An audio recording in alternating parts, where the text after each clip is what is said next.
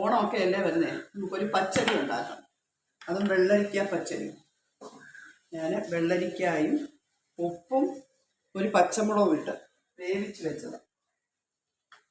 വെച്ചിരുന്നു. അതിൻ്റെ കൂടെ ഇനിയിപ്പം അരപ്പ് ചേർക്കണം.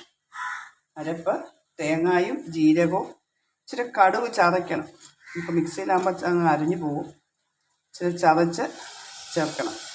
അപ്പോൾ ഈ അരപ്പൊന്ന് ചൂടാവണം. അരപ്പ് ഒന്ന് ചൂടാവട്ടെ. ചൂടാക്കാം. വെള്ളം കുറച്ച് വേവിച്ചാൽ ഒന്നാമത് വെള്ളരിക്കയ്ക്ക് വെള്ളമുണ്ട്. വെള്ളം കുറച്ച് ചേർത്ത് വെച്ച് വേണം വെള്ളരിക്ക വേവിക്കാൻ. അപ്പോൾ അരപ്പൊന്ന് കഴുകി വെച്ചോളൂ. വേവിച്ച് വെച്ച വെള്ളരിക്കയുടെ അരപ്പ് ചേർത്തൊന്ന് ചൂടാക്കുക. ഇച്ചിരി ഒന്ന് തിളയ്ക്കണം. അരച്ച തേങ്ങായിലയും ആ വെള്ളരിക്കായിലയും ഒക്കെ വെള്ളം ഒന്ന് പറ്റിയിട്ട്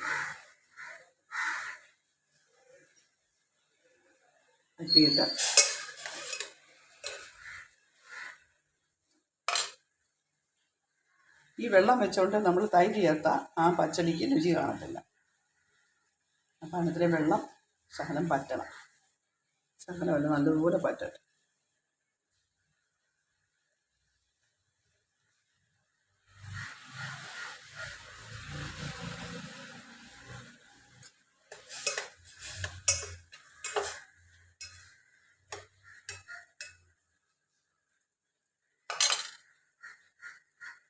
ഇതിലെ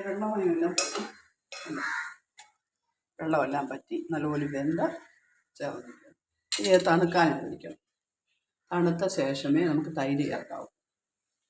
നല്ലപോലെ തണുക്കണം, നല്ല പിരിയും.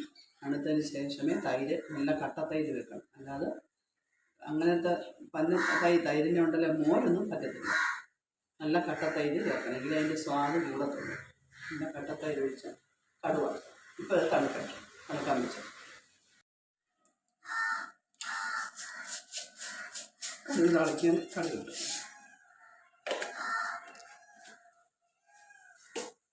ഇത് വറുക്കാനുള്ള പച്ചമുളക് ഞാൻ കഴുകി ഉണങ്ങിയതെല്ലാം കൊണ്ട് കഴുകി ഒന്ന് ചേർക്കാൻ പോവാം. കഴുകി ഉണങ്ങാൻ പറ്റിയില്ല, അതുകൊണ്ട് കഴുകിയിടണം ചേർക്കാം. ഇനി കറിവേപ്പില ഇവിടെ ഇല്ല, പുറത്തൊന്നും വാങ്ങിച്ചിട്ടില്ല കറിവേപ്പില. നമ്മുടെ വീട്ടിലുള്ള കറിവേപ്പിലയെ ചേർക്കാം. അതും ഇല്ലാത്തതുകൊണ്ട് കറിവേപ്പില ചേർക്കണം, മറ്റതാണ്. ഇതിലോട്ട് താഴത്ത് വയ്ക്കുക. കാണുമ്പോഴേ നല്ല ഇതാണ്. എല്ലാത്തിനും നമുക്ക് കൂട്ടാൻ തോന്നും. എല്ലാവരും ഒന്ന് ചെയ്ത് നോക്കാം. നോക്കിയിട്ട് ഇഷ്ടപ്പെട്ടാൽ ലൈക്കും ഒക്കെ തരിക.